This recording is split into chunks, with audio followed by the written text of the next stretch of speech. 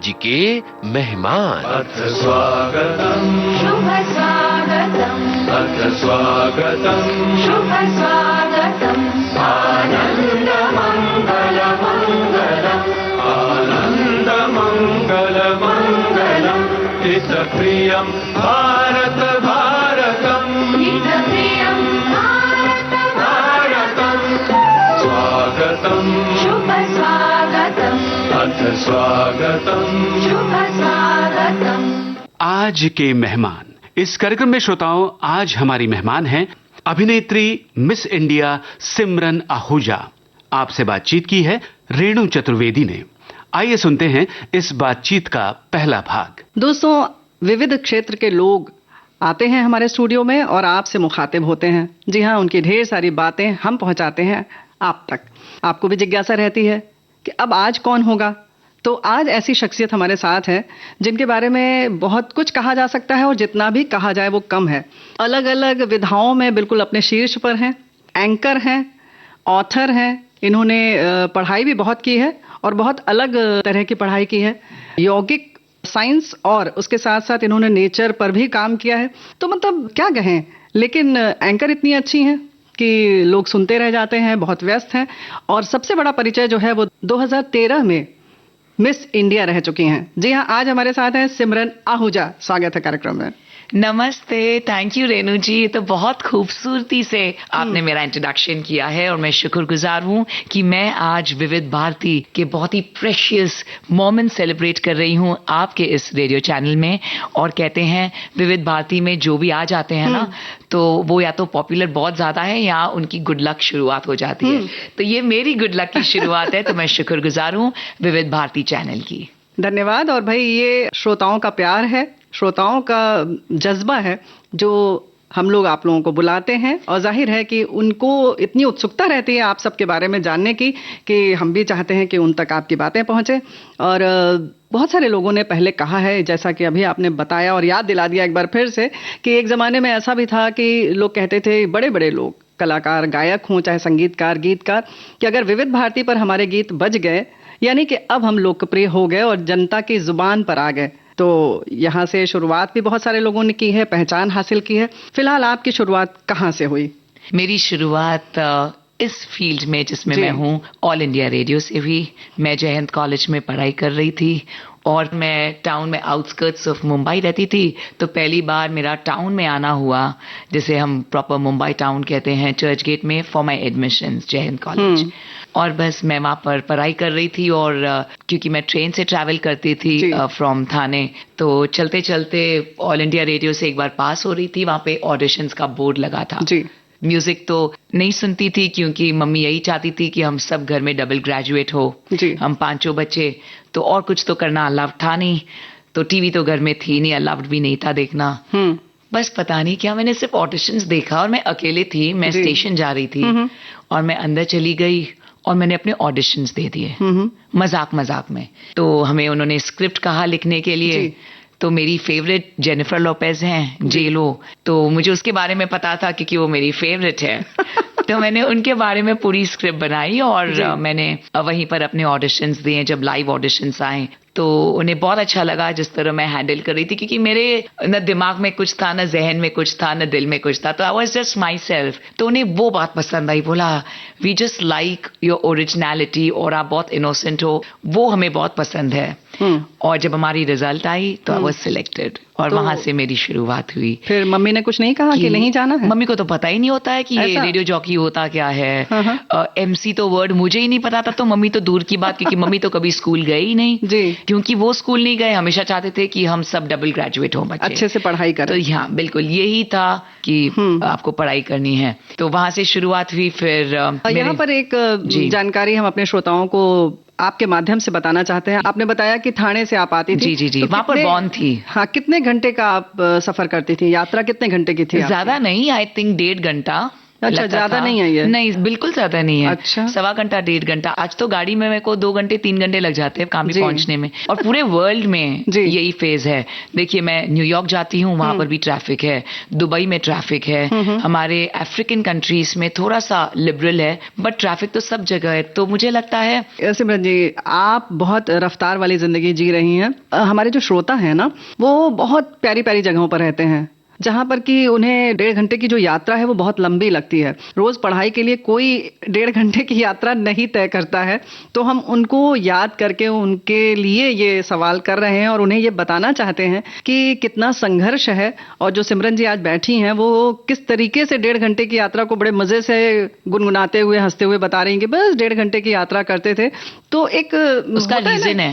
नहीं, देखिए क्या होता है ना कि उनको ये पता चलता है कि अच्छा, बड़े शहर में या कहीं और लोग इतनी मुश्किल से कुछ हासिल कर रहे हैं और संघर्ष कर रहे हैं, क्योंकि हर इंसान को अपना संघर्ष, अपनी जो भी यात्रा होती है बहुत बड़ी लगती है, बहुत मुश्किल भरी लगती है। तो सिर्फ एक संदेश जैसा ही कुछ कह सकते हैं। मैं जरूर उसका जी, जवाब देना चाहूंगी जरूर आपको, और जिन सभी को लगता है कि ये इतना लंबा ट्रैवल कौन करेगा, क्योंकि मेरी मम्मी ने भी यही कहा कि ये क्या वर्थ है 3 घंटा ट्रैवल करना रोज। जी। तो मैंने कहा मुझे तो जय हिंद कॉलेज ही जाना है, क्योंकि मेरे भाई और मेरी बहन भी वहीं पे पढ़ाई कर रहे थे। मैंने कहा मुझे तो जय हिंद कॉलेज ही जाना है, पता नहीं क्यों, बस वो दिमाग में था। तो पापा ने कहा नहीं, जरूर जाएगी, मैं भी तो काम के लिए नरीमन पॉइंट जाता हूँ, उसमें अच्छा। क्या है। लेकिन मैम, मैं आज जो भी हूँ ना, वो ट्रैवल की वजह से हूँ। जी। क्योंकि वो जो 1.5 घंटे का मेरा सफर होता था, 1.25 घंटे का सफर होता था चर्च गेट आने के लिए, दादर से चेंज करते थे, मैं हमेशा अपने बुक्स लेके पढ़ाई करती थी। क्या बात है। तो मेरी जो पढ़ाई है ना, वहीं पर हो जाती थी। और उसके बाद मैंने रियलाइज किया, अब जब मैं कुछ साल के बाद गाड़ी में ट्रैवल करने लगी और जब मेरे पास ड्राइवर आया, तो मैं पढ़ाई नहीं कर सकती थी। फिर मैं अपना सोशल मीडिया अपडेट और फोन कॉल्स पर काम करती हूँ।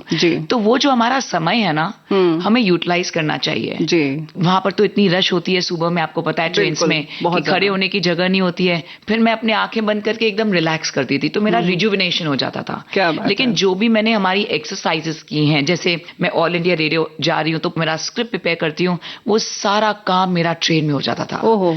तो ऐसा फोकस मेरा घर पे नहीं होता जो मेरा ट्रेन में होता था, क्योंकि मुझे पता है कि मुझे आधा घंटा तो बैठना ही है गाड़ी में। ठीक है, तो मैं पूरा अपना काम वहां पे कर लेती थी। आजू बाजू किसी को जानते नहीं और नहीं, हाँ, और मैंने कभी भी वो वेस्ट नहीं किया टाइम कि मैं ऐसे ही फिजूल बातें किसी के साथ करूं।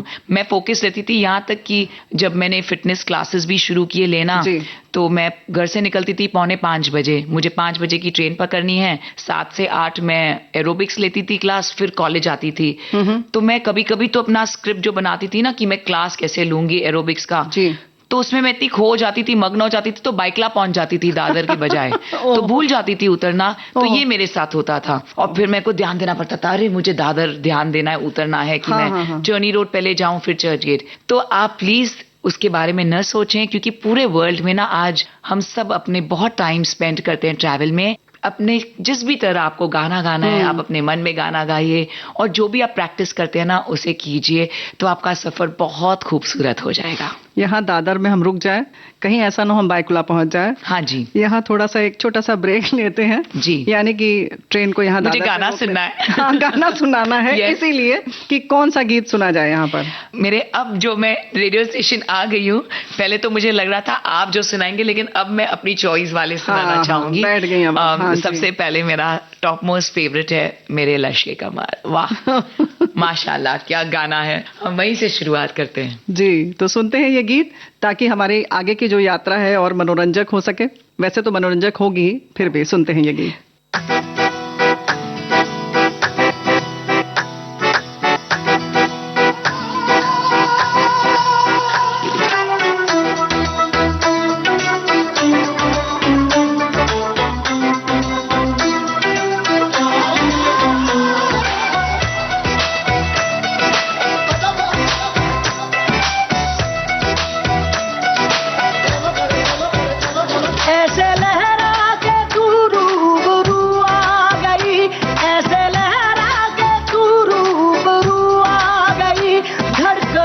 बेतहाशा तड़पने लगी, धड़कने बेतहाशा तड़पने लगी।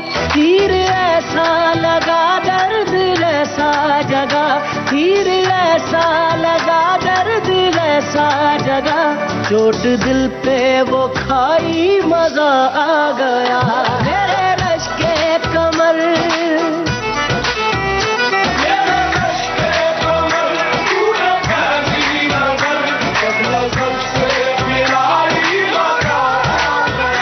जोश ही जोश में मेरी आगोश में आके तू जो समाई, मजा आ गया।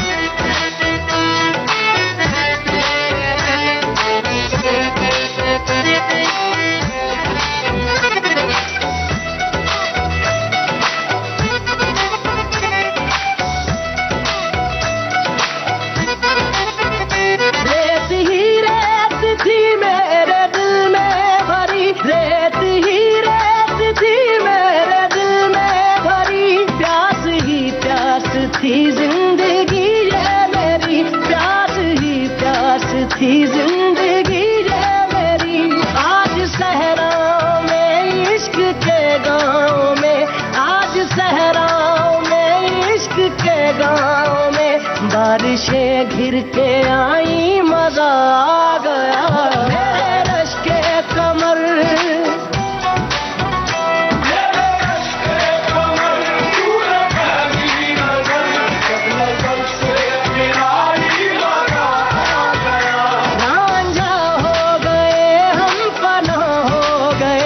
ऐसे तू मुस्कुराई, मजा आ गया।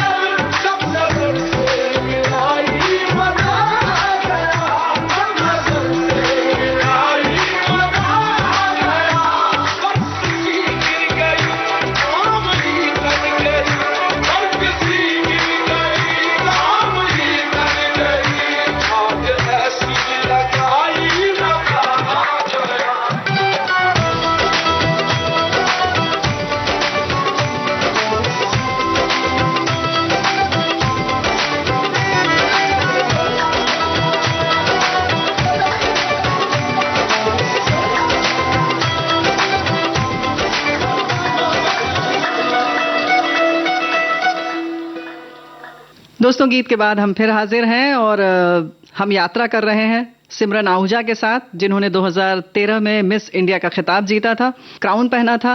लेकिन शुरुआत आपने की थी आकाशवाणी से। तो आकाशवाणी में जब आपकी एंट्री हो गई, आपने प्रवेश कर लिया और जब आप पैनल पे पहली बार बैठी, तब कैसा अनुभव था आपका? बहुत खूबसूरत। पता नहीं था कि मैं इतनी पॉपुलर बन जाऊंगी और इतना सारा ढेर सारा हमें प्यार मिलेगा। बिल्कुल पता नहीं था। और कुछ साल तक तो मेरी मम्मी को ये भी नहीं पता था कि मतलब ये ऑल इंडिया रेडियो पे रेडियो जॉकी है, ऑनेस्टली, क्योंकि मुझे भी नहीं पता था ये किस तरह होता है। But it is divine grace कि मेरी आवाज सुनकर मुझे एंकरिंग के लिए शोज आने लगे। और जब मैं वहां पर बैठती थी ऑल इंडिया रेडियो में, सच में मुझे बहुत मेहनत करनी पड़ी, क्योंकि मेरी अंग्रेजी में इंग्लिश रेडियो जॉकी थी और मेरी अंग्रेजी बिल्कुल अच्छी नहीं। तो कॉलेज में जब मैं आई, जैन कॉलेज में, तो लोग कहते थे, मुझे करेक्ट करते थे सब, अरे ये ऐसे नहीं प्रोनाउंस करते, ये इस तरह इसको कहते हैं। जैसे जहाँ मैं ऑफ कोर्स अब तो हर 2 महीने जाती हूँ अमेरिका, तो मैंने कहा मेरा कजिन है ना अमेरिका गया आज, क्योंकि वो एक्सपोजर नहीं था।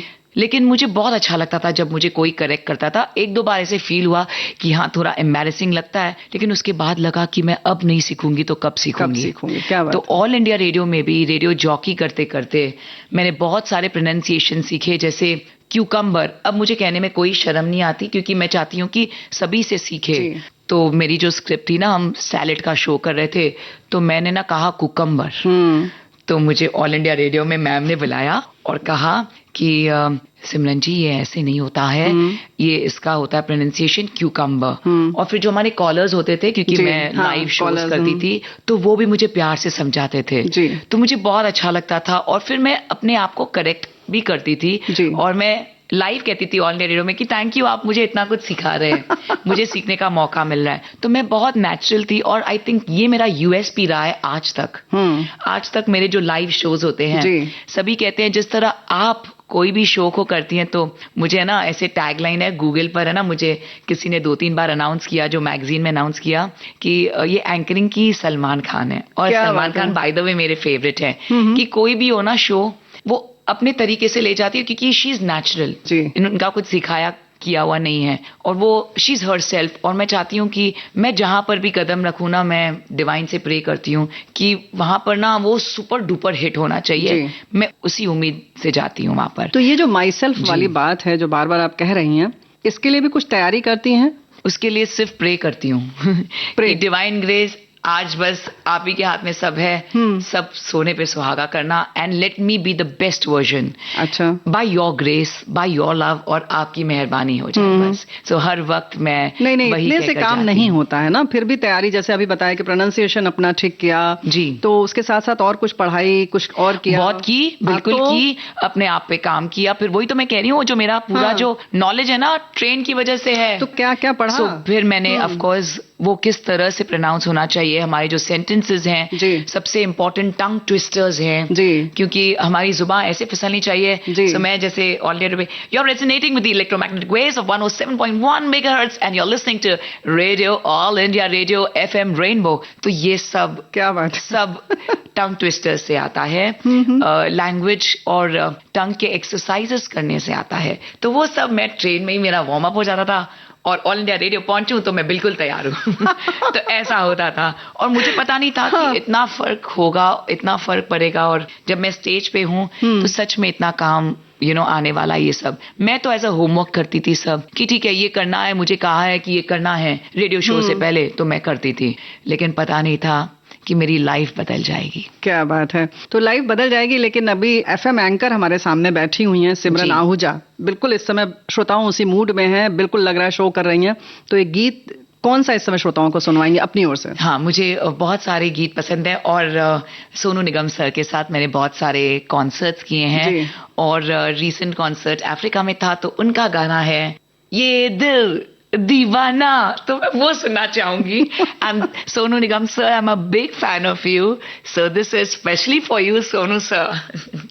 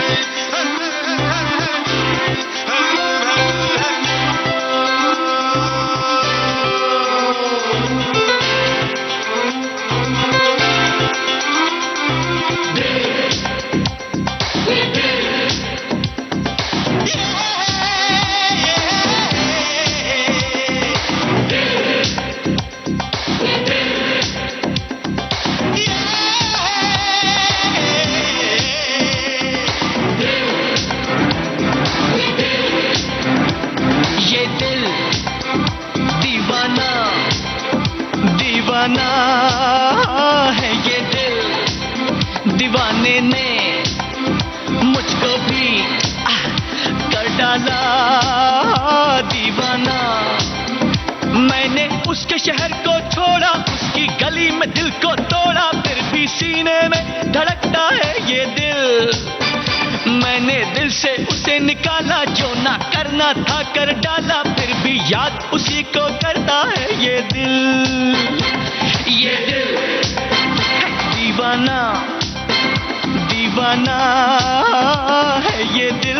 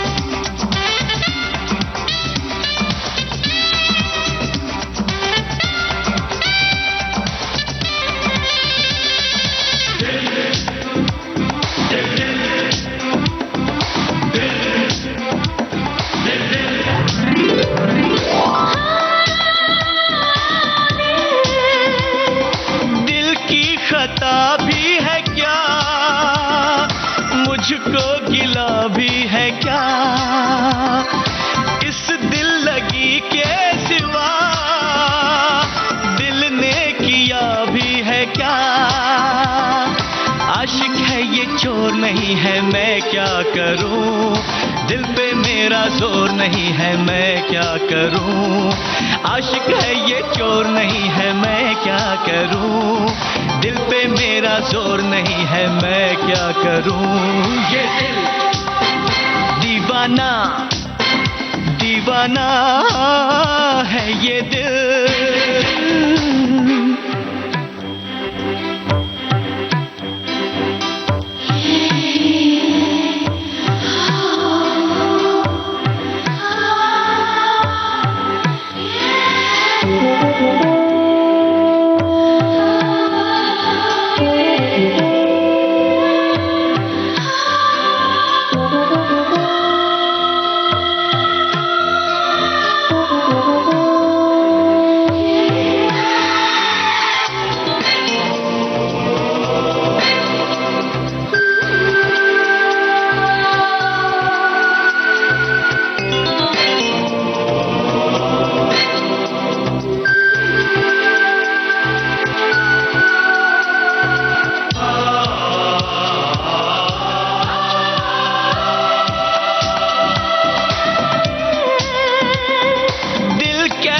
बेपीर है, वो एक तस्वीर है। मैं कहता हूँ तोड़ दे, कहता है जंजीर है। कोई कच्ची डोर नहीं है, मैं क्या करूँ? दिल पे कोई जोर नहीं है, मैं क्या करूँ? कोई कच्ची डोर नहीं है, मैं क्या करूँ? दिल पे कोई जोर नहीं है, मैं क्या करूँ? ये दिल दीवाना दीवाना है ये दिल। दीवाने ने मुझको भी कर डाला दीवाना। मैंने उसके शहर को छोड़ा, उसकी गली में दिल को तोड़ा, फिर भी सीने में धड़कता है ये दिल। मैंने दिल से उसे निकाला, जो ना करना था कर डाला, फिर भी याद उसी को करता है ये दिल। ये दिल दीवाना दीवाना है ये दिल। दीवाने ने मुझको भी कर डाला दीवाना।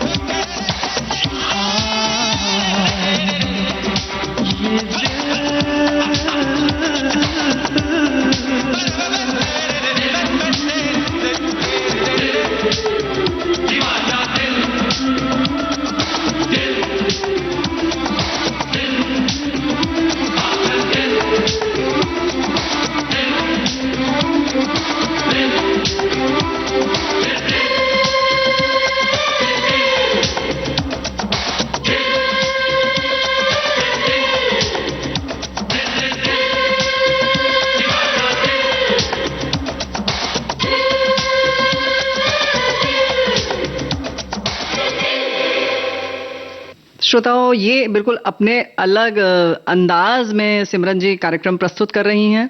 हम सिर्फ इसलिए बैठे हैं कि थोड़ा थोड़ा सा बता दें कि आगे क्या करना है। बाकी ये सिमरन जी का ही शो है आज जो चल रहा है, और ये बिल्कुल उछल रही हैं, कूद रही हैं, बहुत खुश हैं। मैं ऐसे ही नाचती थी ऑल इंडिया रेडियो में भी जी, ऐसे ही स्टूडियो के अंदर। मेरा गाना आ जाए ना, तो खड़े होकर नाचना है। तो ये जो दिल से काम करती हैं, तो जब एंकरिंग करती हैं तो स्टेज पर भी ऐसे ही करती हैं? जी बिल्कुल, डिपेंड करता है। सारे शोज करती हूँ। जब ब्यूटी पैजेंट होता है तो बहुत एलिगेंट और सोफिस्टिकेटेड रहना पड़ता है। मतलब वो उसका लहजा है, हर शो का लहजा होता है। एंड आई वुड लाइक, क्योंकि मैं इंटरनेशनल सेलिब्रिटी कही जाती हूँ, I would definitely like being that way. और बहुत सारे इंटरनेशनल ब्यूटी पैजेंट्स करती हूँ अक्रॉस द वर्ल्ड, तो वैसा होता है लहजा। अगर कोई म्यूजिकल शो है तो बिल्कुल मज़ेदार होता है, कि सभी एंजॉय करें। मैं चाहती हूँ, मेरी ख्वाहिश होती है कि जो भी शो में आए हैं ना, उस पल में मैं जहाँ पर भी हूँ ना, सब खुश खुश होकर जाएं, क्या बात। सभी ये मेमोरीज लेके जाएं और लाइफ टाइम इनकी मेमोरी हो, ये मेरी हमेशा ख्वाहिश रहती है। जैसे म्यूजिकल शो है तो आई एम वेरी लाउड और मजेदार बात करती हूँ। हमारे सेलेब उदित नारायण सर के साथ मैंने मैक्सिमम कॉन्सर्ट्स किए हैं अब्रॉड इंटरनेशनल, और उनके साथ हम नाचते हैं शो में, उनके गानों के साथ साथ नाचते हैं, जैसे सभी को वो फीलिंग आए और सभी खड़े होकर नाचें और एंजॉय करें, और कुछ पल के लिए ना अपने टेंशन्स और अपने जो भी सिचुएशन है सब भूलकर उसमें चले आए, क्योंकि वो डिवाइन कनेक्ट भी करता है म्यूजिक हमें। तो मेरी वही ख्वाहिश रहती है। यहाँ जब बात चल रही है कि इंटरनेशनल बहुत सारे आप इवेंट्स की बात कर रही हैं, तो अब आप बता दें कि आप खुद क्या क्या करती हैं आजकल ऑफ कोर्स सीजनल होता है मेरा, सारे अभी जो शोज होते हैं, जैसे नवरात्रि में हम कंप्लीटली टाइड अप, मैं होस्ट कभी नहीं करती नवरात्रि में शोज। मैंने 18 टाइटल जीते हैं रास गरबा में, क्वीन ऑफ गरबा में कंपटीशन में, और 2 साल से मैं हमारे भारत महोत्सव में जो रिप्रेजेंट कर रही हूँ इंडिया को, नॉर्वे, टाइम्स स्क्वायर, न्यूयॉर्क, जो मैं अभी रिसेंटली परफॉर्म करके आई लास्ट मंथ अगस्त में। तो बहुत खास बात थी। तो ये जो हमारा भारत महोत्सव था टाइम्स स्क्वायर में बहुत ही अहमियत रखता है हम सब के लिए, क्योंकि हम रिप्रेजेंट करते हैं हमारे देश भारत को। तो हमारे शो थे यूएन में दोपहर को, शाम को consulate general of India New York में with his excellency consul general के साथ। नेक्स्ट डे शो हो रहा है टाइम्स स्क्वायर में, जहां लाखों लोग हमें लाइव देख रहे हैं। तो वहां पर मैं एंकर हूँ, उसके साथ साथ कल्चरल एम्बेसडर हूँ। मैं परफॉर्म करती हूँ रास गरबा, जिसकी मैं डांसिंग क्वीन कहलाई जाती हूँ, डांसिंग क्वीन ऑफ रास garba, dancing queen of Navratri. और इसके अलावा मैं शो स्टॉपर वॉक करती हूँ फॉर आवर फैशन शो, जो हमारे इंडियन हमारे आर्टिसंस हैं वहां से लेकर कलेक्शन आता है, उनके लिए शो स्टॉपर हूँ। और एक कलेक्शन मेरा खुद का होता है जो घाघरा चोली में कहते हैं मेरे ghagra choli best in the world हैं, और सारे पब्लिकेशंस में, थाउजेंड्स ऑफ पब्लिकेशंस में मेरे फोटोग्राफ्स आते हैं नवरात्रि के टाइम पे। तो वो सब का जो कलेक्शन है, सब सारे फॉरेनर्स मेरे वो कलेक्शन पहनते हैं। तो स्विट्जरलैंड में हमारे भारत महोत्सव हुए हैं। अब मैं इंडिया को रिप्रेजेंट कर रही हूँ। On the 18th we are invited by the president of Guatemala and by the consul general of Guatemala in India. तो वहां पर भी मैं रास गरबा परफॉर्म करने के साथ साथ मेरे 2 फैशन शो हैं, एक घाघरा चोली और एक अजरक का कलेक्शन जो सस्टेनेबल एनवायरनमेंट के ऊपर है। अजरक जो एक कपड़े का, यस, जो हमारा टेक्सटाइल, जैसे खादी फैब्रिक है वैसे अजरक है, फैब्रिक है कि ठंडी में वो आपको वार्मथ देता है और गर्मी में आपको ठंडक पहुंचाता है। वो हमारे सिंधी कल्चर का जो फैब्रिक है और गुजरात कल्चर का जो है, तो उस पर 2 हमारे फैशन शोज हैं, वो करती हूँ। इसके साथ साथ योगा, इंटरनेशनल योगा डे पर सीजनल हमारे योगा वर्कशॉप्स होते हैं, जो मेरे लाइव वर्कशॉप में 1.5 लाख लोग जुड़े थे। कोरोना के टाइम पे मैंने फ्री वर्कशॉप्स लिए, एवरी डे आप हैशटैग करेंगे, उनकी मैं ब्रांड एम्बेसडर थी, और 1.5 लाख लोग वहां पर जुड़ते थे, एक साथ 108 सूर्य नमस्कार करते थे अलॉन्ग विद चैंटिंग। जो हमारे जापान से थे वो कभी फेसबुक पे नहीं थे, उन्होंने फेसबुक ज्वाइन किया यही सुन के कि ये योगा हो रहा है बाय सिमरन आहूजा। तो बहुत अच्छा लगता है। तो ये बहुत ही सीजनल ये सारे जो इवेंट्स होते हैं। योगा के दिन मैं हर साल, पहली इंटरनेशनल योगा डे से लेके कुछ साल तक तो मुझे by the government of India मुझे उनके ऑफिस से लेटर मिलता था ऑफ अप्रिसिएशन, तो मैं वो सेवा का कार्य करती हूँ। अब हांगकांग में हमने योगा का शो किया 3 हफ्ते पहले, मैं वापस आई हूँ हांगकांग से। तो बहुत अच्छा लगता है जब हम दुनिया को हेल्थ देते हैं by the grace of my गुरु। ये मेरे गुरु की ग्रेस है कि मैं ये सब कर पाती हूँ। तो जो भी मेरे इवेंट भी रहते हैं ना, तो वो सीजनल इसी तरह रहते हैं। जैसे मैं अभी क्रूज से आई हूँ, मैं कल ही आई हूँ दुबई से डायरेक्टली गोवा क्रूज में, जो एक सेलेब फ्री, वहाँ पे सारे सेलिब्रिटीज होते हैं। तो मैंने जो यूरोप में क्रूज है वहां पर भी योग भी लिया है, होस्टिंग भी करती हूँ, फैशन शो भी करती हूँ, और लोगों को रास गरबा कल्चर, हमारा फोक डांस भी सिखाती हूँ, जिसमें मेरे 5 एल्बम्स रिलीज हुए हैं म्यूजिक सभी पर। तो बहुत अच्छा लगता है जब हम स्प्रेड करते हैं, एंड आई रिप्रेजेंट मेरा ब्यूटीफुल कंट्री भारत इंडिया। क्या बात है। तो भारत की बात चल रही है और इतने प्यार से आप बार बार बता रही हैं, तो यहाँ पर एक गीत सुनते हैं, फिर आगे की बात करते हैं। जी, अब हमने भारत, हमारे देश भारत की बात की है, तो मैं जरूर चाहूंगी कि एक देशभक्ति का गीत हो जहां हम सब बहुत टची फील करते हैं।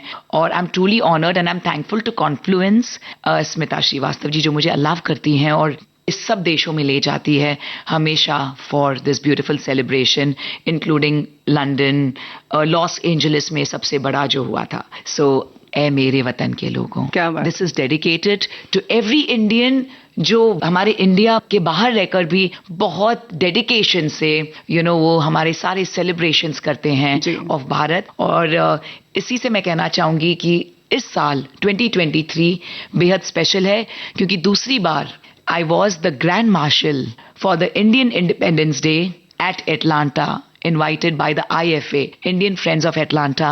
तो मैं वहाँ पर I was invited as the Grand Marshal, which is the biggest honor been conferred upon me.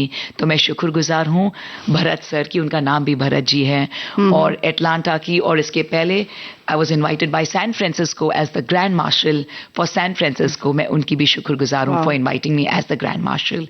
Dedicated to all the Indians across the world. ऐ मेरे वतन के लोगों।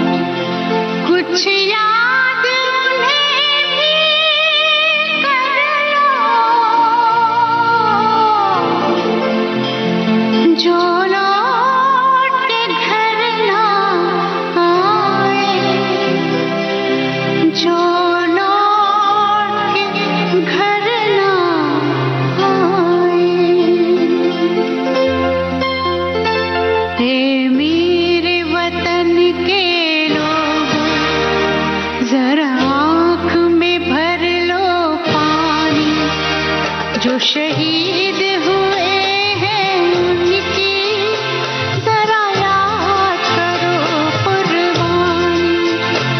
हे मेरे वतन के लोगों जरा आँख में भर लो पानी। जो शहीद हुए हैं उनकी जरा याद करो कुर्बानी। तुम इसलिए सुनो ये कहानी। जो शहीद हुए हैं उनकी जरा याद करो कुर्बानी।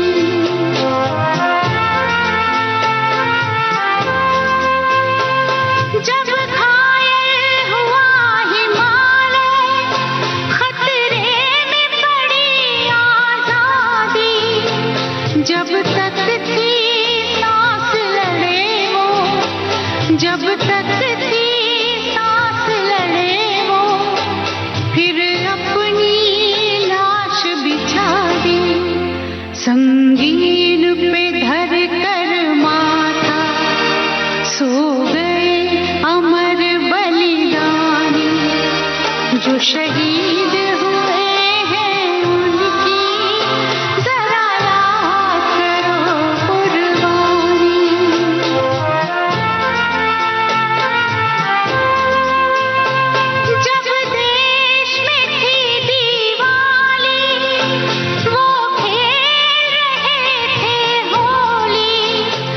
जब हम बैठे थे घरों में, जब हम बैठे थे घरों में, वो झेल रहे थे गोली। थे धन्य जवान वो अपने, थी धन्य वो उनकी जवानी। जो शहीद हुए हैं उनकी जरा याद करो कुर्बानी।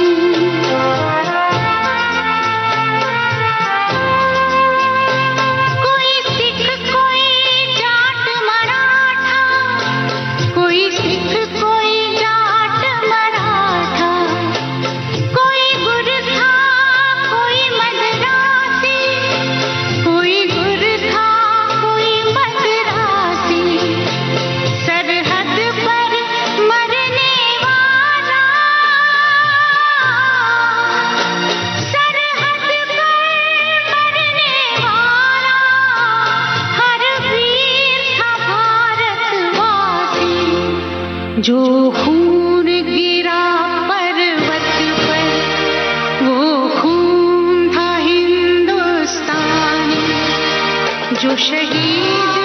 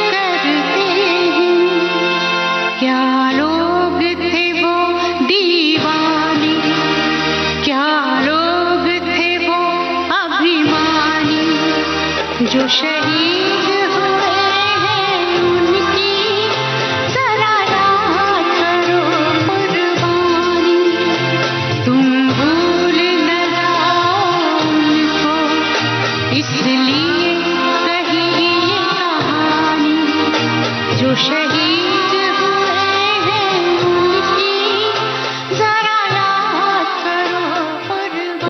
तो दोस्तों, तरह तरह से आप देखिए कि अगर आप अपनी धरती से जुड़े हैं तो आप खुशी जो है वो आपके चेहरे पर झलकती रहती है। और ये सामने उदाहरण है सिमरन जी। यूं तो देखा जाए तो आपको लगेगा कि बहुत ग्लैमरस गर्ल हैं ये जी, और जाहिर है कि एक मिस इंडिया जब बनता है कोई तो हम बिल्कुल उसकी अलग ही छवि अपने दिमाग में रखते हैं। बिल्कुल। मैं इस पर जरूर एक बात कहना चाहूंगी, आपने बिल्कुल सही कहा, वो इम्प्रेशन हो जाता है ना जी, कि ये तो ग्लैमर में है जी, ये तो फिल्म फेयर, आईफा और ऑस्कर्स में दिखती है जी। तो एक जरूर उदाहरण कहना चाहूंगी मैं कि मुझे बहुत मेहनत करनी पड़ी इसके लिए जी। मुझे एक बहुत ही खूबसूरत सा शो होस्ट करना था जो मेरी फ्रेंड के थ्रू आया, श्री रविशंकर जी का जी। और मुझे ना स्पिरिचुअल से बहुत ब्यूटीफुल कनेक्ट है। तो उन्होंने मुझे हाँ तो कह दिया कि हाँ सिमरन आहूजा हमारा शो करेगी, क्योंकि मैंने शो किया था जो यूरोप में है, तो उन्होंने बार्सिलोना पूरे क्रूज में मुझे देखा था शो होस्ट करते हुए। बोला अरे ये तो होस्ट में नंबर 1 है, लेकिन फिर उन्होंने कहा कि ये तो स्पिरिचुअल है, तो उनको बहुत ऐसे डाउट होने लगा। बिल्कुल सर, और ने मुझे कहा कि सिमरन वैसे तो तुम बेस्ट हो, लेकिन ये शो में ना आप सूटेबल शायद नहीं हो और हमें लगता है फिट नहीं होते आप इसमें। मैंने कहा सर मैं बहुत स्पिरिचुअल हूँ, प्लीज मुझे मौका दीजिए, ये मुझे करना है, आप मुझे कुछ भी मत दीजिए, आप मुझे कोई पैकेज मत दीजिए, पैसे भी मत दीजिए, बट ये शो मुझे करना है क्योंकि ये स्पिरिचुअल है और मेरे दिल के बहुत करीब है। तो जिस दिन हमारा शो था ना, उस दिन आपको पता है लाखों लोग जुड़ते हैं और ये लाइव जाता है ऑन हमारे गुरु श्री रविशंकर जी के चैनल पर। तो वो बहुत टेंशन में, एक दिन पहले रात को मेरी बात हुई है उनसे और मैं पहली बार नर्वस, 6 बजे शो शुरू हो रहा है और मैं बैठी हूँ घर में, वर्चुअल शो था ड्यूरिंग द पैंडेमिक। मैं इतनी नर्वस थी क्योंकि उन्हें विश्वास ही नहीं। मैंने कहा सर प्लीज मुझे मौका दीजिए और उन्होंने भरोसे पर दे दिया। इस बार मुझे लगा पहली बार कि मुझे प्रूव करना है अपने आप को।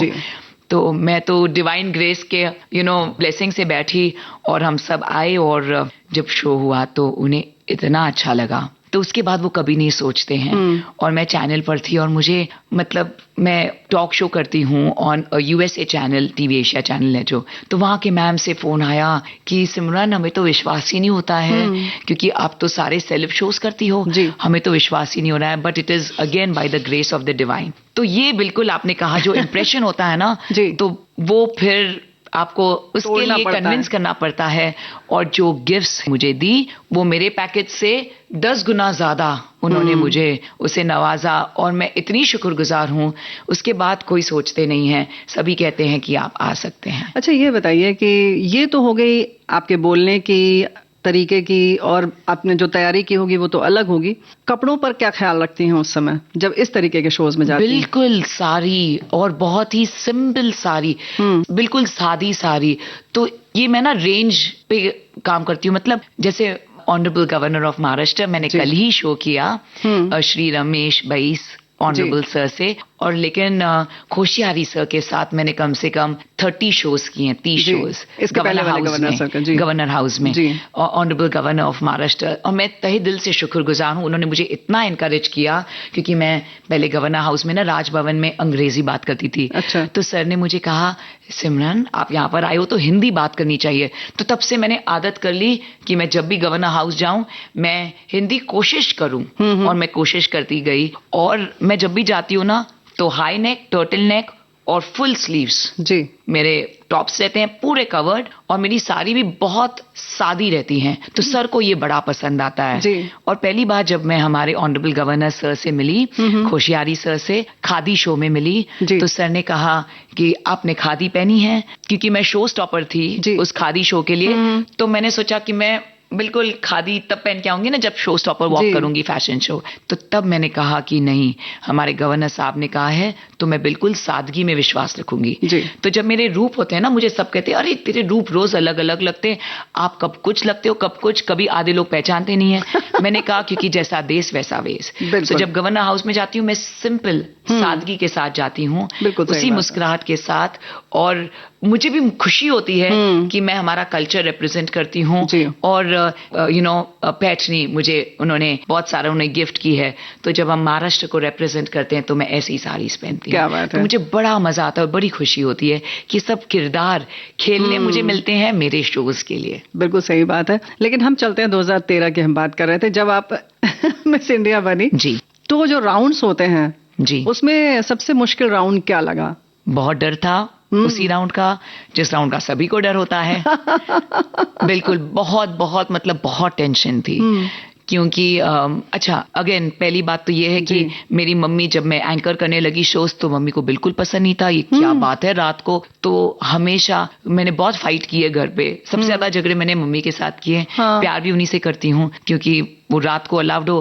अब ब्यूटी पैजेंट की बात कर रही हूँ तो और ज्यादा टेंशन कि भाई ये हमारे कल्चर में नहीं आता है, कल्चर में नहीं, समझ में नहीं आता है मुझे ये सब। और इन सब में क्यों पढ़ रही हो? MBA किया है मैंने, मास्टर्स इन फाइनेंस किया है विद फर्स्ट ग्रेड। तो जय हिंद के बाद मैंने सिडनम कॉलेज ज्वाइन किया, जहां आई qualified masters in finance with first grade, मुझे हाईएस्ट मार्क्स मिले फाइनेंस में। तो मम्मी ने कहा चुपचाप से अपना काम करो और फाइनेंस कॉर्पोरेट ज्वाइन करो, और क्या करना है। और मेरे तो शौक ही अलग हो गए।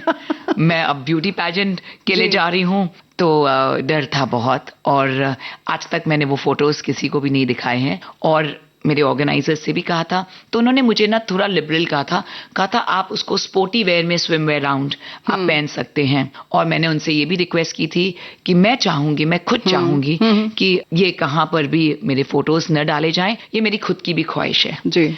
और बिल्कुल उन्होंने वही वादा रखा। अच्छा। तो वो फोटोज सिर्फ और सिर्फ मेरे पास हैं। और also at the same time जो पहला दिन मेरा राउंड था तो ऑफ कोर्स स्विम वेयर पहना पड़ा, लेकिन जो सेकंड राउंड में हमने वॉक किया साथ में सबने, तो मैंने उसके ऊपर स्पोर्टी गियर पहन लिया। अच्छा। हाँ, थोड़ा सा मुझे डेफिनेटली वो ऑप्शन है आपका, आपके मार्क्स कटें तो कटें, मुझे नहीं पता, लेकिन मेरी ये ख्वाहिश थी जो मैंने उनके सामने रखी। तो यानी कि इस बात से लग रहा है कि अगर आप में जज्बा है और आप किसी बात पर, सही बात पर अगर अड़ना कह सकते हैं इसको, या उसको बहुत अच्छे ढंग से रखना कह सकते हैं जी, तो जाहिर है कि मानेंगे लोग। ऐसा नहीं है। जैसे कि मैंने भी पहना स्विम वेयर राउंड, मैंने भी डेफिनेटली वो पहना, लेकिन मुझे कंफर्ट नहीं था, तो उन्होंने कहा तो माना उन्होंने ना, उन्होंने वो मान गए। बट इट डिपेंड्स, वो डिपेंड करता है, और वो डिपेंड करता है जब आप एंटर करते हो पैजेंट में, तो वो उन्होंने मुझे कंफर्ट पहले से ही दे दिया था कि आप ये कर सकते हो। और मैंने उनसे हाथ जोड़कर रिक्वेस्ट की थी, मतलब जैसे मैं इस साल 2023 में मैंने फैशन वीक ओपन किया। अच्छा। Like I was the opening, I walked fashion week. Wow. Yeah. So I did for the opening show. So बहुत ही prestigious था. So मुझे पता है मुझे क्या अपना सोशल मीडिया पे दिखाना है या नहीं दिखाना है, जी। वो दिखाएं, एब्सोल्युटली आई लव इट, वो मैं भी दिखाती हूँ, ठीक है ना। जी। लेकिन जितना हो सके, जितना मेरे हाथ में है, I try to be balanced, क्योंकि मैं बहुत स्पिरिचुअलिटी में भी हूँ क्या बात है। और मैं अपनी लाइफ बैलेंस करना चाहती हूँ, और ये मेरे साथ हमेशा रहेगा। देखो, ग्लैमर रहेगा जब तक ब्यूटी है, जी।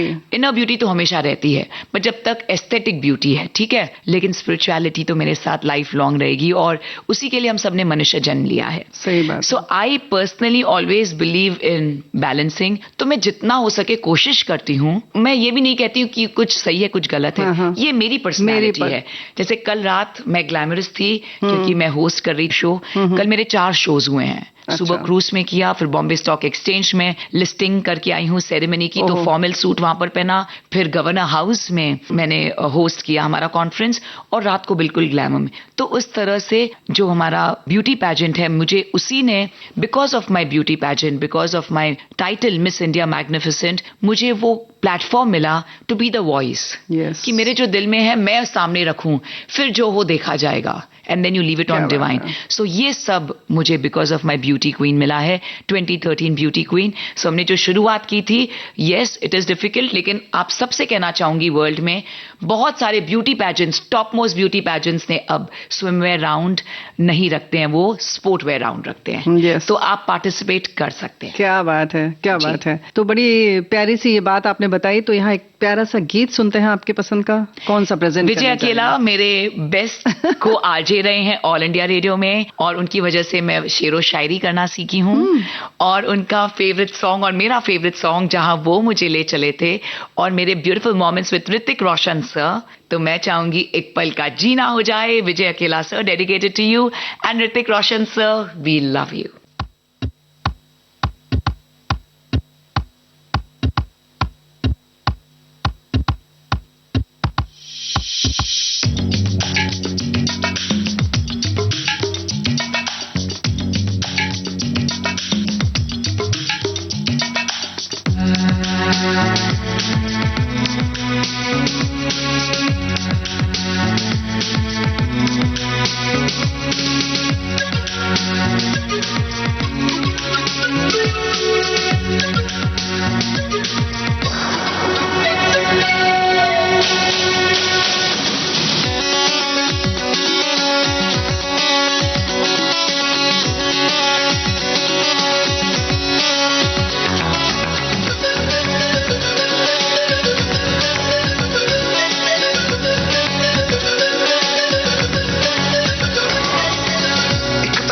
जीना फिर तो है जाना, तोहफा क्या लेके जाइए दिल ये बताना।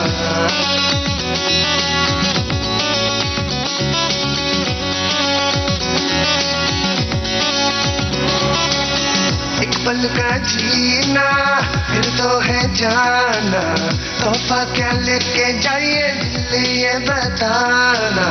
खाली हाथ आए थे हम, खाली हाथ जाएंगे, बस प्यार के दो मीठे बोल झिलमिलाएंगे। तो हंस क्योंकि दुनिया को है हंसाना, है मेरे दिल तू गाए जा।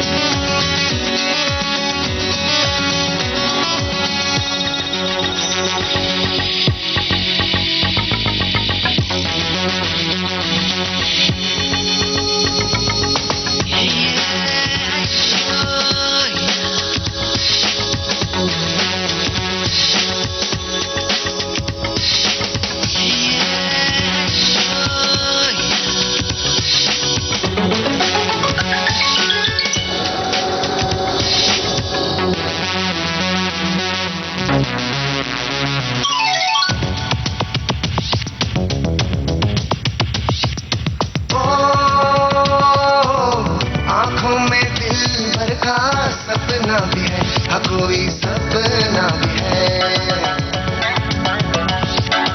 ओ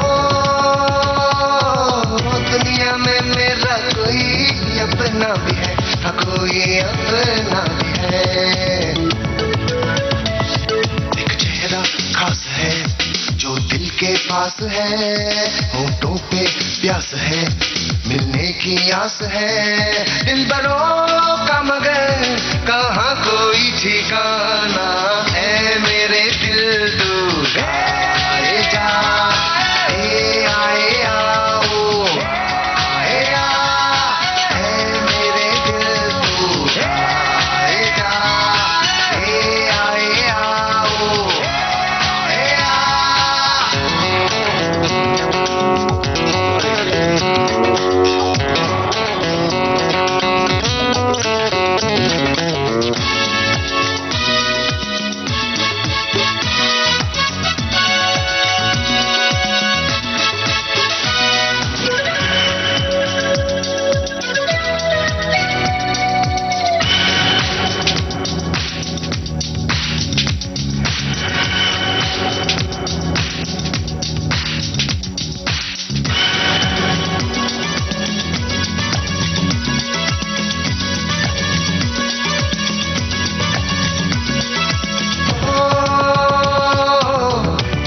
खुशियों का एक झोंका सा है, हाँ कोई झोंका सा है,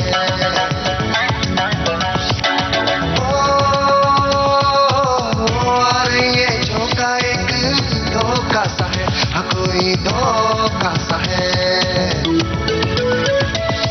ये कैसी है खुशी जल जल के जो बुझी, बुझ बुझ के जो जली, मिलके भी ना मिली, दोस्तों पर किसी हाल में ना घबराना, ऐ मेरे दिल तू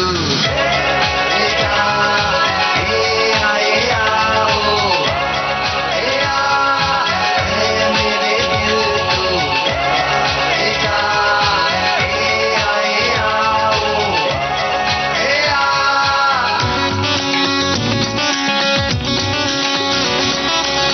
एक पल का जीना फिर तो है जाना, तोहफा क्या लेके जाइए दिल ये बताना, खाली हाथ आए थे हम खाली हाथ जाएंगे, बस प्यार के दो मीठे बोल झिलमिलाएंगे, तो हंस क्योंकि दुनिया को है हंसाना, ऐ मेरे दिल तू आए जा, आए आओ,